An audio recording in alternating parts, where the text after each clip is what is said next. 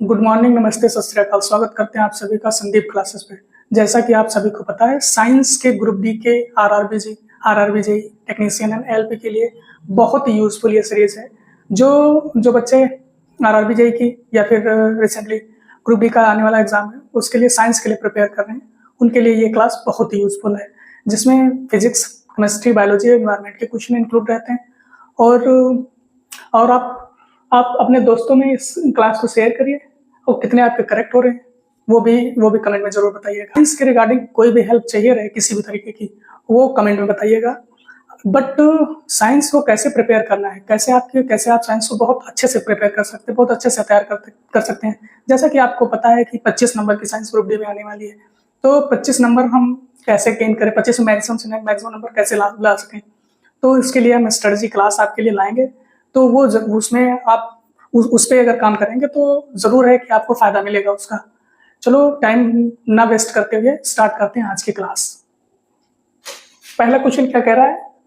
मुस्कुराते Buddha, smiling Buddha. Smiling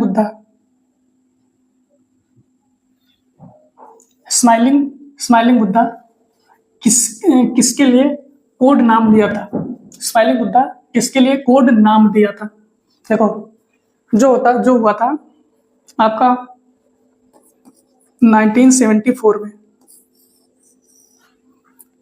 Pokhran में जो परमाणु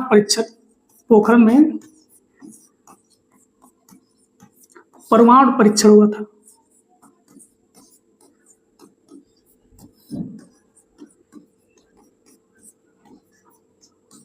नाइनटीन 1974 वाला, तो उसका नाम दिया गया था स्माइलिंग बुद्धा।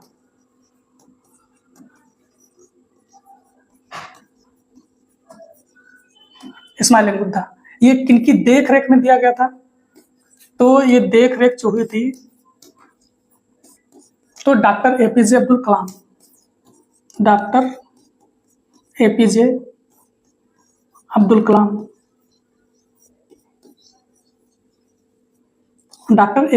कलाम की देखरेख में सारी चीजें हुई थी इसमें। तब देख लीजिए ऑप्शन में क्या है। 2013 में उत्तराखंड में बादल फटने के बाद राहत एवं बचाव अभियान नहीं। 2015 में नेपाल में भूकंप के बाद राहत और बचाव अभियान, ये भी नहीं होगा आपका। फिर है भारत द्वारा 1998 में किए गए पोखरण परीक्षण सेकेंड परमाणु परीक्षण में नहीं। ये जो सेकेंड परमाणु परीक्षण हुआ था 1998 में, इसका जो नाम दिया गया था, तो इसका नाम दिया गया था लिटिल बॉय।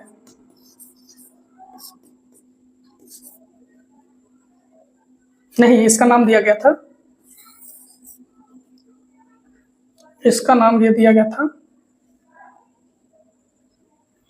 ऑपरेशन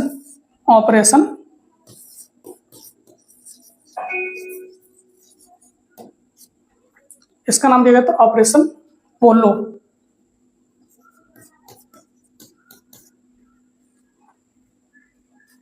अब देख लेते हैं नेक्स्ट। भारत द्वारा 1978 में किए गए पोखरण परीक्षण फर्स्ट, इसका दिया गया था ऑपरेशन शक्ति। ऑपरेशन शक्ति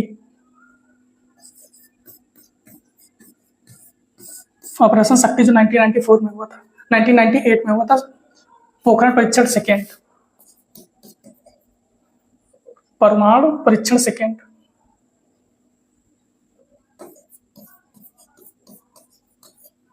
परमाणु परीक्षण सेकेंड, ऑपरेशन शक्ति नाम दिया गया था 1998 में। तो जो पहला था परमाणु परीक्षण हुआ था, तो ये 1974 में हुआ था, जिसका नाम था स्माइलिंग बुद्धा पोखरण में हुआ था। पोखरण आपका कहाँ पड़ेगा? पोखरण पड़ेगा ओडिशा में। देख रेख किसकी हुआ था? डॉक्टर एपीजे अब्दुल कलाम की देखरेख में हुआ था ये।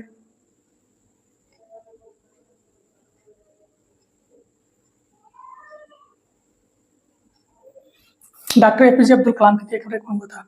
देखते हैं नेक्स्ट क्वेश्चन। तो ऑप्शन आपका कौन सा हुआ? ऑप्शन हुआ डी, भारत द्वारा 1974 में किए गए पोखरण फर्स्ट परमाणु परीक्षण में जो परीक्षण हुआ था उसका नाम था स्माइलिंग बुद्धा।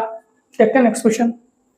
नेक्स्ट क्वेश्चन है परमाणु रिएक्टर में नियंत्रण रॉड कैडमियम की रॉड क्या काम करती है? देखो,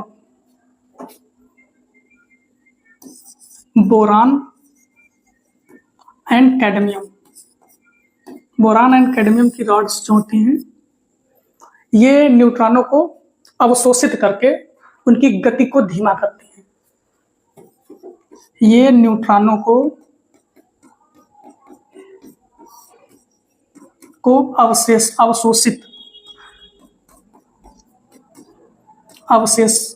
अवशोषित करके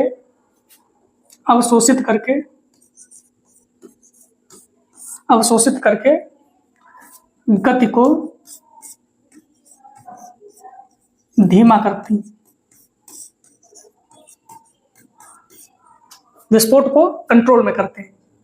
अब देख लो, चेन विखंडन प्रतिक्रिया के लिए आवश्यक न्यूट्रॉन उत्पन्न करती नहीं, ऐसा तो कोई काम नहीं करती। अब देखो, न्यूट्रॉन की ऊर्जा को कम करती हैं ताकि उन्हें आगे विखंडन प्रतिक्रिया के लिए उपयोग किया जा सके। यही कुछ ऐसे कर रही हैं। अब नेक्स्ट पढ़ते हैं। चेन रिएक्शन को नियंत्रण करने के लिए अतिरिक्त न्यूट्रॉन को अवशोषित करती हैं। अब देखो उसके ऊपर वाला पढ़ो। विखंडन प्रक्रिया के दौरान उत्पन्न अत्यधिक ऊष्मा को अवशोषित करती हैं और इस प्रकार तापमान में अधिकतम वृद्धि को रोकता है, अधिक वृद्धि को रोकता है। ऐसा तो कर नहीं रही। क्या कर रही? चेन रिएक्शन को नियंत्रित करने के लिए अतिरिक्त न्यूट्रॉन को अवशोषित करती हैं। यही तो कर रही हैं। या फिर न्यूट्रॉन ऊर्जा को कम करती ताकि उन्हें आगे विखंडन प्रक्रिया के लिए उपयोग किया जा सके।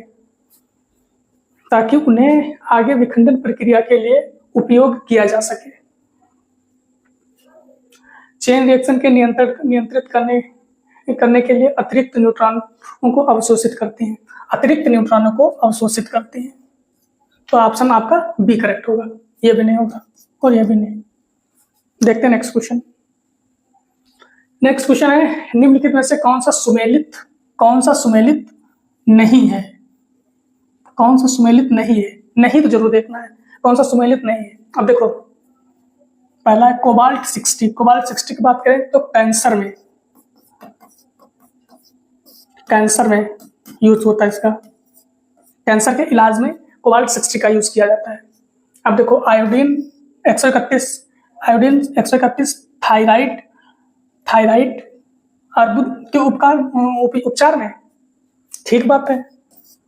आयोडीन 32 स्वायत्त रक्तता उपचार में, हाँ ये भी ठीक बात है। गोल्ड 198 रेटिना दोषों के उपचार में, ये भी ठीक बात है। तो इसमें ऑप्शन कौन सा होगा? कोबाल्ट 60 क्या शरीर का अंतरंग के अर्बुद का उपचार में नहीं, इसमें नहीं। किसमें यूज होगा? कैंसर में यूज होगा। तो ऑप्शन आपका ये गलत है। तो पूछ रहा कौन सा सुमेलित नहीं है, तो ये सुमेलित नहीं है। तो आंसर कौन सा होगा? आंसर होगा ए। आंसर आपका होगा ए। आंसर होगा ये, क्योंकि ये सुमेलित नहीं है, बाकी तो सुमेलित है। गोल्ड 190 का रेटिना दोषों के लिए होता है। आयोडीन 32 स्वायत्त रक्तता उपचार के लिए। आयोडीन 131 ये थायराइड अर्बुद का उपयोग करने के उपचार में हुआ था। देखते हैं नेक्स्ट क्वेश्चन। नेक्स्ट क्वेश्चन अपना है स्पर्मोलॉजी। देखो, स्पर्मोलॉजी हुआ, पोमोलॉजी,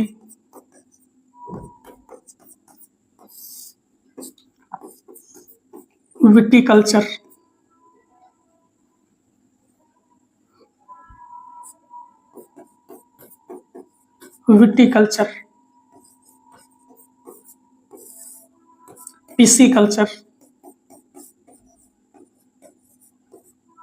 पिसिकल्चर और हो जाएगा आपका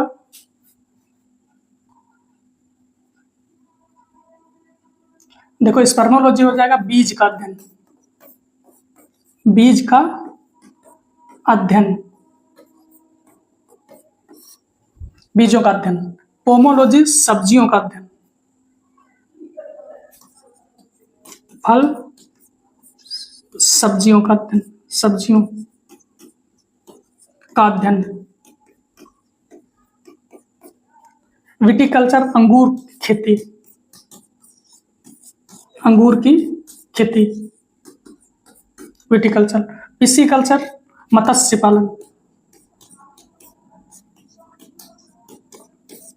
मत्स्य पालन। और आप रखो कवक के अध्ययन को, कवक के अध्ययन को माइकोलॉजी, माइकोलॉजी। शैवाल के अध्ययन को, शैवाल के अध्ययन को फाइकोलॉजी।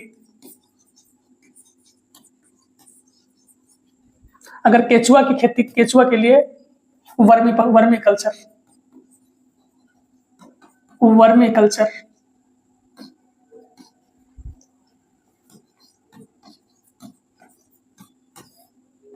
वर्मी कल्चर केचुआ खेती के लिए। अगर और बात करेंगे, अब देख लेते हैं क्वेश्चन।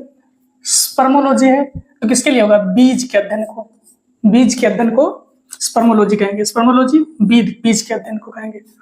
पत्तियों का नहीं, फल का, फल के क्या कहेंगे? या तो कहेंगे अपना पोमोलॉजी, पोमोलॉजी, इसको तो पोमोलॉजी कहेंगे। परागकण का अध्ययन नहीं, तो आंसर कौन सा हो जाएगा?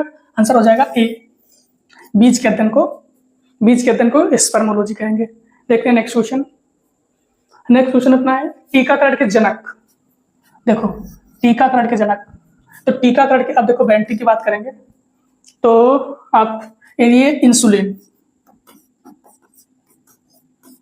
इंसुलिन की खोज की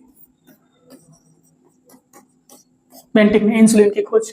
अगर रॉबर्ट कोच की बात करेंगे तो टीबी के बैक्टीरिया की खोज, टीबी के बैक्टीरिया की खोज, रॉबर्ट कोच।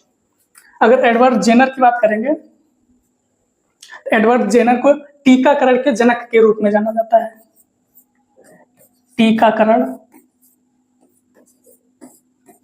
के जनक के रूप में।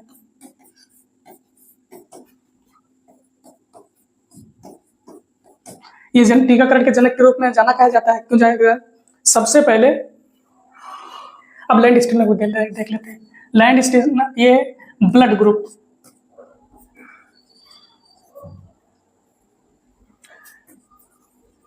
ब्लड ग्रुप की खोज के लिए।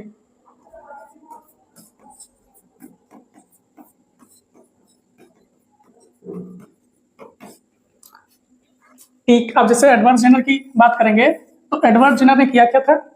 जो चेचक के टीके, चेचक के टीके की खोज की थी।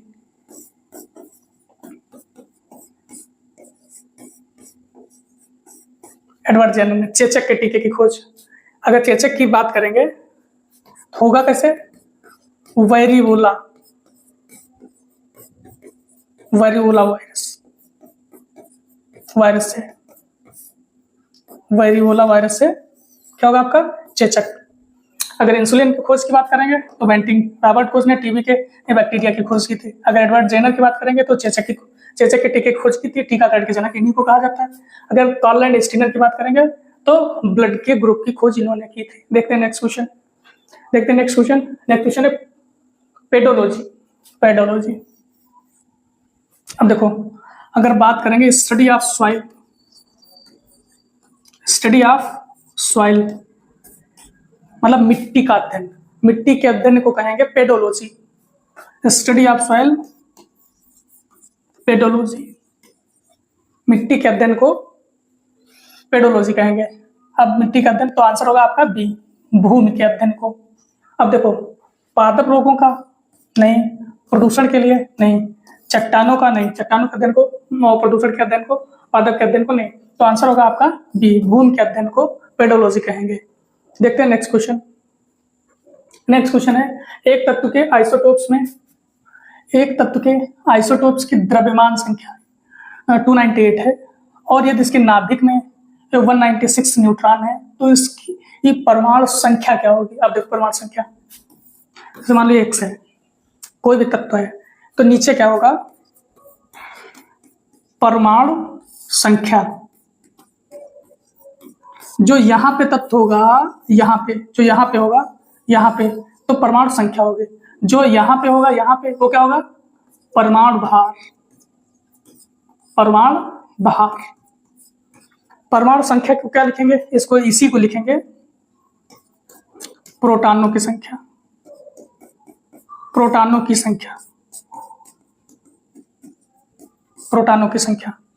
अब देखो इसमें हो जाएगा, अब प्रोटॉनों की संख्या, परमाणु भार, इनके डिफरेंस को हम, इनका जो डिफरेंस आएगा तो उससे डिफरेंस निकालेंगे परमाणु भार और परमाणु द्रव्यमान। परमाणु भार या फिर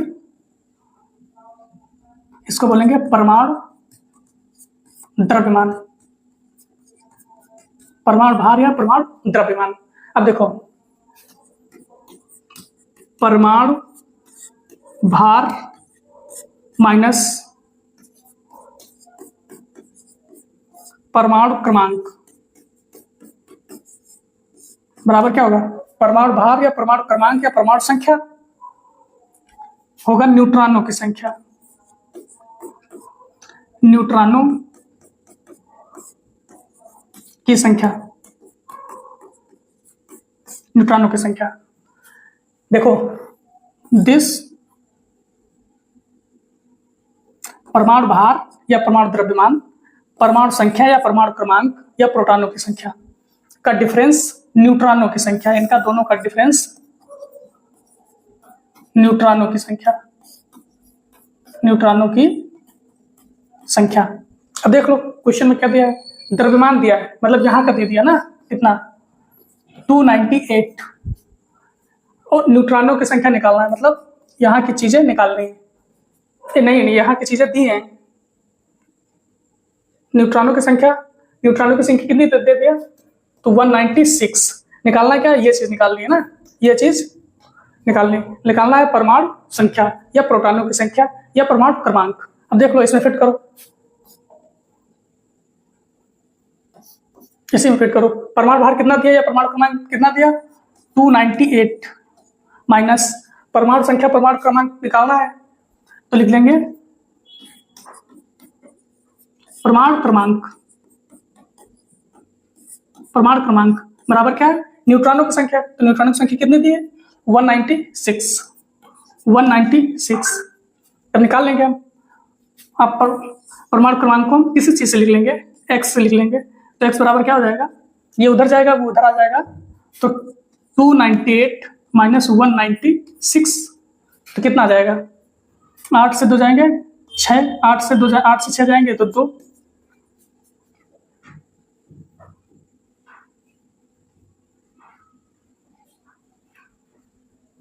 देख लो इसको x से अगर लिखेंगे,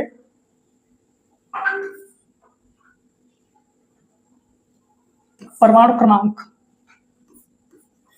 अब इसको x से लिख लेंगे तो x बराबर कितना हो जाएगा, x बराबर ये इधर को ले आओगे तो 298 माइनस 196, अगर घटाएंगे तो 8 से 6 जाएंगे 2, और 9 से 9 जाएगा 0, 2 से 1 जाएगा 1, 102।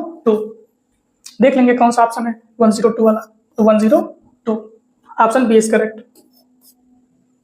देखते हैं नेक्स्ट क्वेश्चन। बल की परिभाषा को किसके आधार पर, बल की परिभाषा को किसके आधार पर व्याख्यायित किया जा सकता है, बल की परिभाषा को किसके आधार पर व्याख्यायित किया जा सकता है, बल की परिभाषा। अब देखो बल की परिभाषा की बात करेगा तो देखो न्यूटन का नियम, न्यूटन के नियम। अगर फर्स्ट लॉ की बात करेंगे तो जड़त्व का नियम क्या बताएगा, ये परिभाषा की बात करेगा। अगर दूसरा नियम रहेगा संवेग का नियम ए बराबर ma, ये किसकी बात करेगा, सूत्र की बात करेगा। न्यूटन का तीसरा नियम क्रिया प्रतिक्रिया या एक्शन रिएक्शन, ये किसकी बात करेगा, ये आपकी बात करेगा प्रकृति की। प्रकृति की बात करेगा। अब देखो न्यूटन की प्रकृति, अगर न्यूटन के नियम की प्रकाशन की बात करें तो 1687 प्रिंसिपिया नामक बुक, प्रिंसिपिया नामक पुस्तक में इसका प्रकाशन हुआ था 1687 में प्रकाशन हुआ था प्रिंसिपिया नामक पुस्तक न्यूटन के तीनों नियम का। अगर पहले नियम की बात करेंगे तो परिभाषा की बात करता है, जड़त्व का नियम। दूसरे की बात करेंगे तो सूत्र मिलता है संवेग का नियम, क्योंकि बराबर में होता है। तीसरे की बात करेंगे तो प्रकृति के नियम की बात करेंगे। अगर प्रकाशन की बात करेंगे तो 1687 में पुस्तक का नाम का बात करेंगे तो प्रिंसिपिया नामक पुस्तक। तो देख लेंगे न्यूटन गति का दूसरा नियम, इससे क्या मिलेगा? सूत्र, इससे सूत्र मिलेगा। न्यूटन गति का पहला नियम, न्यूटन गति का तीसरा नियम, इससे क्या मिलेगा? इससे प्रकृति मिलेगी। ये प्रकृति की बात करता है। न्यूटन का गुरुत्वाकर्षण नियम भी नहीं होगा। तो न्यूटन का कौन सा नियम होगा? न्यूटन का पहला नियम होगा। न्यूटन का पहले नियम से क्या मिल रही? परिभाषा। क्या कह रहा है? बल की परिभाषा को किसके आधार पर व्याख्यायित किया गया है? व्याख्यायित किया जा सकता है तो न्यूटन के पहले नियम के अकॉर्डिंग परिभाषा को न्यूटन बल की परिभाषा को व्याख्यायित किया जा सकता है। तो आंसर आपका हो गया बी। देखते हैं नेक्स्ट क्वेश्चन है, कार्य करने में मानव शरीर द्वारा प्रयुक्त ऊर्जा होती है। कार्य करने में मानव शरीर द्वारा प्रयुक्त ऊर्जा होती है।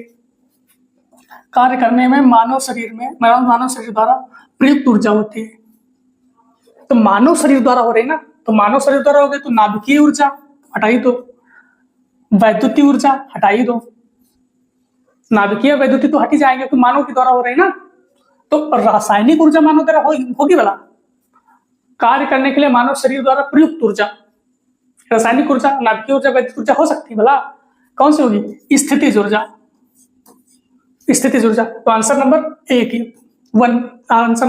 ए इज करेक्ट। और नाभिकीय ऊर्जा की बात करेंगे तो नाभिकीय ऊर्जा की बात करें जिसमें यूरेनियम यूज होगा आपका। तो रासायनिक ऊर्जा की बात करेंगे तो रासायनिक ऊर्जा जो आपके जैसे जो बैटरीज या फिर अगर विद्युत ऊर्जा की बात करें तो जो लाइट से हो चीजें, करंट से हो वो चीजें, स्थितिज ऊर्जा मानव प्रयुक्त करेगा वो अपने कार्य को करने के लिए। देखते हैं नेक्स्ट क्वेश्चन है, 1 हार्स पावर बराबर होगा, तो लिख लो 1 हार्स पावर बराबर 746 वाट। 746 वाट, 1 हार्स पावर बराबर 746 वाट। तो देखेंगे 750 वाट नहीं, 500 वाट, 1000 वाट नहीं, 746 वाट। ग्रुप डी का फेवरेट क्वेश्चन है, किसी ना किसी सेट में ये आया हुआ मिलेगा, किसी ना किसी सेट में ये आता ही आता है। ये तो खैर ये सबको आता भी है, किसी का गलत नहीं होगा। ये 746 वाट, 1 हार्स पावर बराबर 746 वाट। चलते हैं नेक्स्ट क्वेश्चन पे। नेक्स्ट क्वेश्चन है, ब्रह्मांड में प्रत्येक वस्तु एक अन्य वस्तु को एक बल के साथ आकर्षित करती है जो वर्ग के विपरीत अनुपातिक है। अब देख लो, ब्रह्मांड में प्रत्येक वस्तु को एक अन्य बल के साथ आकर्षित करती है जो कि वर्ग के विपरीत अनुपातिक होता है। अब देख लो, F बराबर G m1 m2 अपान r स्क्वायर। F क्या है? F है बल, G है सार्वत्रिक गुरुत्वाकर्षण नियतांक, सार्वत्रिक गुरुत्वाकर्षण नियतांक। अगर इसकी खोज की बात करेंगे तो हेनरी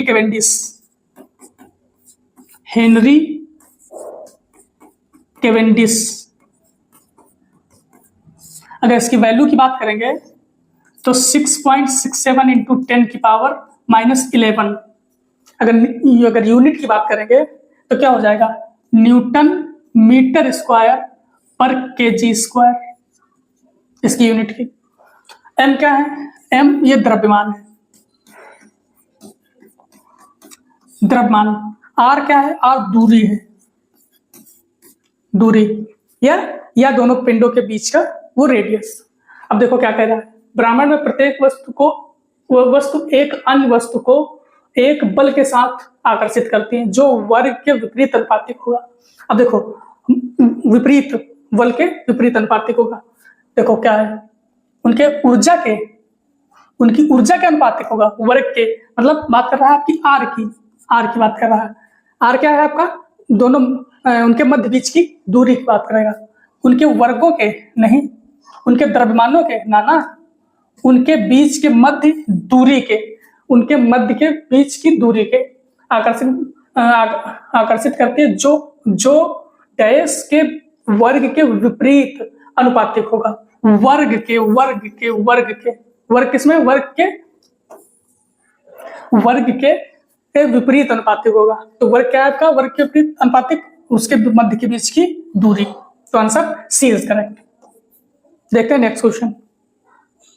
नेक्स्ट क्वेश्चन अपना है, निम्न में से कौन सा प्रथम श्रेणी का उत्तोलक है। अब देखो, उत्तोलक की बात करेगा, उत्तोलक में देख लो, अगर इसको पूछेगा कौन सा प्रिंसिपल काम करेगा, तो अगर प्रिंसिपल की बात करेगा तो आर्कमिडीज प्रिंसिपल,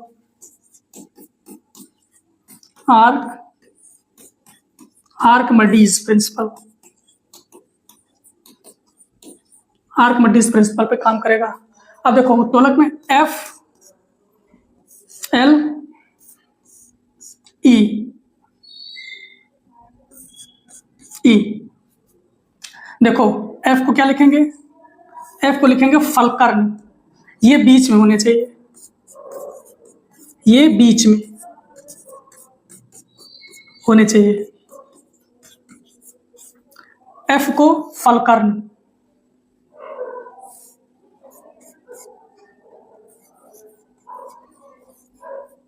फलकर्न मतलब जैसे मान लो कोई भी चीज है जो बीच में लगा है ना, तो इसको बोलेंगे फलकर्न, जो सपोर्ट है। तो ये क्या हुआ, ये फलकर्न है। एल क्या है, एल है लोड, एल है अपना लोड। ई क्या है, ई है अपना इफर्ट,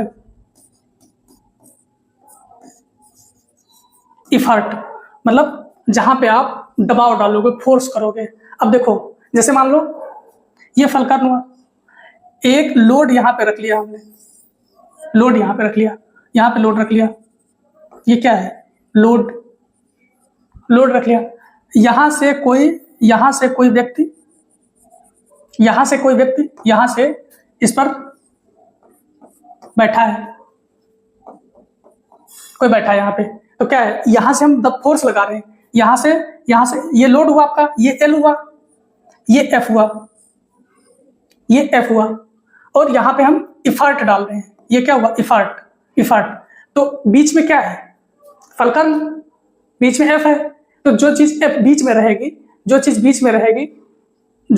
रहेगी, उससे हम उसको तय करेंगे वो कौन सा उत्तोलक है। अगर बीच में एफ रहा तो प्रथम श्रेणी का उत्तोलक, अगर बीच में एल रहा, लोड अगर बीच में रहा तो सेकेंड श्रेणी का उत्तोलक, अगर बीच में इफर्ट रहा तो तृतीय श्रेणी का उत्तोलक, अगर बीच में एफ रहा, अगर बीच में आपका फलकर्न रहा जैसे इसमें है तो प्रथम श्रेणी का उत्तोलक, अगर बीच में लोड रहा तो सेकेंड श्रेणी का उत्तोलक, अगर बीच में ई रहा, इफर्ट, तो आपका तृतीय श्रेणी का उत्तोलक बन जाएगा। अब कह रहा प्रथम श्रेणी का उत्तोलक, तो प्रथम श्रेणी के उत्तोलक में फलकर्न बीच में होगा, बीच में आपका सपोर्ट होगा, उसके किनारों पे इफर्ट और लोड किनारों पे होगा। देख लो सरौता का फिगर अगर देखोगे सरौता का, तो कुछ ऐसे बना होगा, सरौता कुछ ऐसे होगा, कुछ सरौता कुछ ऐसे होगा, इसमें रख के कुछ काटते हैं ना, तो हम इफर्ट कहाँ डालेंगे, लोड आपका होगा, फलकर्न कहाँ होगा, फलकर्न होगा यहाँ एफ होगा, और लोड कहाँ डालेंगे, यहाँ लोड होगा, और इफर्ट कहाँ डालेंगे हम, यहाँ इफर्ट डालेंगे। किनारों पे पकड़ के ऐसे दबाते हैं ना, किनारों पे ऐसे पकड़ के दबाते हैं, और बीच में रखते हैं ना कोई सामान तोड़ने के लिए, लोड डालेंगे। तो फलकर्म यहाँ, लोड यहाँ, इफर्ट यहाँ, तो बीच में क्या है, बीच में एल है, तो बीच में लोड है, तो कौन सा सरोटा कौन सा श्रेणी का होगा, द्वितीय श्रेणी का, सेकेंड श्रेणी का, सेकेंड श्रेणी का होगा। अब मनुष्य का हाथ देख लो, मनुष्य का हाथ, या फिर मनुष्य का हाथ, मनुष्य का हाथ ऐसे है ना, ऐसे, तो यहाँ पे जो है, मान लो यहाँ पे इफर्ट है, इसके एक तरफ इफर्ट है, मनुष्य का हाथ। या अब हल की बात करेंगे, तो हल जिसने चलाते हुए देखा है, तो उसके बीच में इफर्ट रहेगा, उसके बीच में इफर्ट रहता है। अगर बीच में इफर्ट रहेगा, बीच में इफर्ट रहेगा, अगर बीच में इफर्ट रह रहा तो कौन सी श्रेणी का होगा, तृतीय श्रेणी का उत्तोलक, ये तृतीय श्रेणी का है। अगर तराजू की बात करेंगे, तो तराजू का तो ऐसे होगा ना, ऐसा तराजू होता है, ऐसे, ऐसा तराजू होता है। तो देखो, लोड वेट इफर्ट ऑफ फलकर्म, फलकर्म बीच में है, फलकर्म बीच में है, जहां से हम रोक के रखते हैं उसको, फलकर्म बीच में है, लोड इफर्ट और फलकर्म। तो देखो तराजू बीच में क्या है, बीच में एफ है, फलकर्म, तो फलकर्म अगर बीच में है, एफ बीच में है, तो बीच में एफ होगा, तो प्रथम श्रेणी का उत्तोलक, तो ये प्रथम श्रेणी का उत्तोलक हुआ। और हल आपका तृतीय श्रेणी का हुआ, सरोता जो हुआ ये सेकेंड श्रेणी का उत्तोलक। तो पूछ रहा है प्रथम श्रेणी का कौन सा होगा, तो प्रथम श्रेणी का होगा तराजू, तो आंसर होगा आपका डी, आंसर होगा आपका डी। ये बहुत इंपॉर्टेंट है, आप अगर ये तीनों चीजें समझ ले रहे हो, एफ एल ए, एफ पहली श्रेणी का उत्तोलक, अगर लोड बीच में है तो दूसरी श्रेणी का उत्तोलक, अगर इफर्ट बीच में है तो तृतीय श्रेणी का उत्तोलक। अगर ये तीनों चीजें बीच में है तो आप अगर इसको अच्छे से समझ ले रहे हैं, पूरा टॉपिक इससे खत्म हो जाता है। उत्तोलक अगर प्रिंसिपल के काम बात करेंगे तो आर्किमिडीज प्रिंसिपल। देखते हैं नेक्स्ट क्वेश्चन। नेक्स्ट क्वेश्चन है फोर्स की यूनिट, फोर्स की, बल की यूनिट अगर बात करेंगे तो न्यूटन। अगर न्यूटन कैसे लिखते हैं तो ये बता देंगे, केजी मीटर पर सेकेंड स्क्वायर, केजी मीटर पर सेकेंड स्क्वायर। अगर वोल्ट की बात करेंगे तो किसकी होगी यूनिट, विभवांतर। अगर पास्कल किसकी होगी, दाब की। अगर न्यूटन कहेंगे तो ये बल की। केल्विन बात करेंगे तो केल्विन किसकी होगी, ताप की, ताप की। तो इसमें बल का फोर्स क्या होगा, न्यूटन, बल की सही यूनिट न्यूटन। देखते हैं नेक्स्ट क्वेश्चन। नेक्स्ट क्वेश्चन है प्रतिरोध की एसआई यूनिट। अब देख लो, प्रतिरोध, प्रतिरोध होगा और प्रतिरोधकता, प्रतिरोधकता। अब देखो, एक है चालक, एक है चालकता,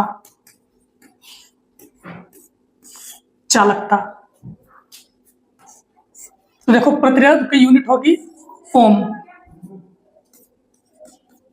ओम, अगर प्रतिरोधकता की यूनिट कहेंगे तो ओम मीटर, ओम। प्रतिरोधकता की बात करेंगे तो ओम मीटर। अगर चालक की बात करेंगे, चालक की, तो ये हो जाएगा ओम इनवर्स। अगर चालकता की बात करेंगे तो ओम इनवर्स और मीटर इनवर्स, ये यूनिट होगी चालकता की। चारों नोट कर लीजिए, बहुत इंपॉर्टेंट, ग्रुप डी के लिए कोई ना कोई क्वेश्चन इसमें से पूछ ही लेगा।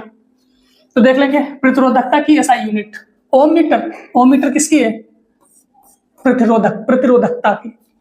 जूल किसकी है, एनर्जी की, ऊर्जा की, ऊर्जा की। एम्पियर, तो एम्पियर किसकी होगी, करंट की, मतलब करंट, धारा,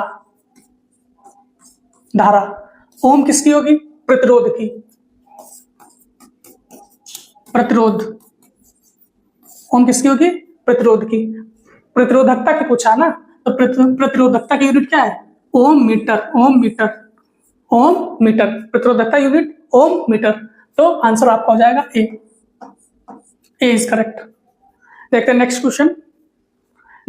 न्यूटन मीटर स्क्वायर पर केजी स्क्वायर की इकाई क्या है?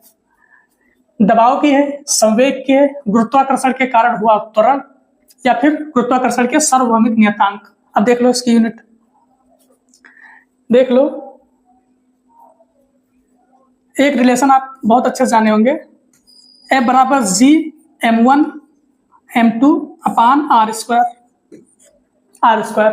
अब देखो, अगर हम g की यूनिट निकालना चाहें, g की, तो क्या निकलेगा?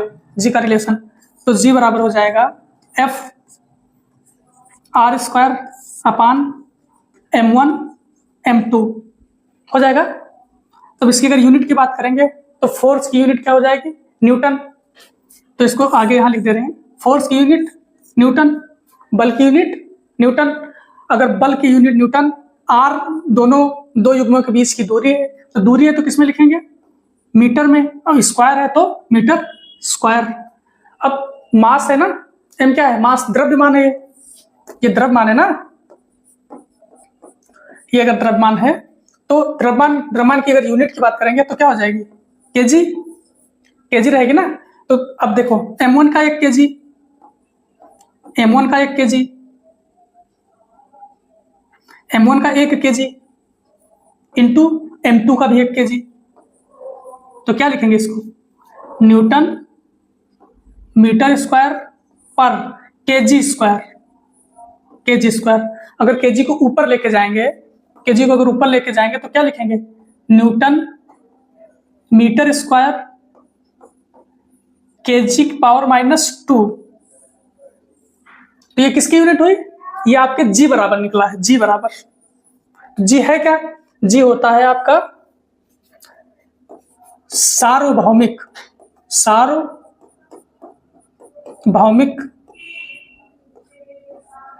गुरुत्वाकर्षण नियतांक। गुरुत्वाकर्षण नियतांक। अगर इसकी वैल्यू की बात करेंगे, इस जी की वैल्यू की बात करेंगे, तो 6.67 इंटू 10 की पावर -11 यूनिट कितनी हो जाएगी?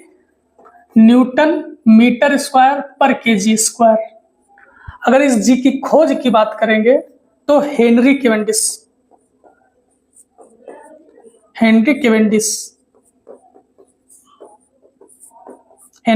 ने इस सार्वभौमिक गुरुत्वाकर्षण नियतांक की खोज की थी। अब देख लो, ये यूनिट दबाव की है? नहीं, दबाव की तो बिल्कुल नहीं है। संवेग की है? संवेग की कैसे हो सकती है? संवेग बराबर क्या होगा? P बराबर संवेग की यूनिट,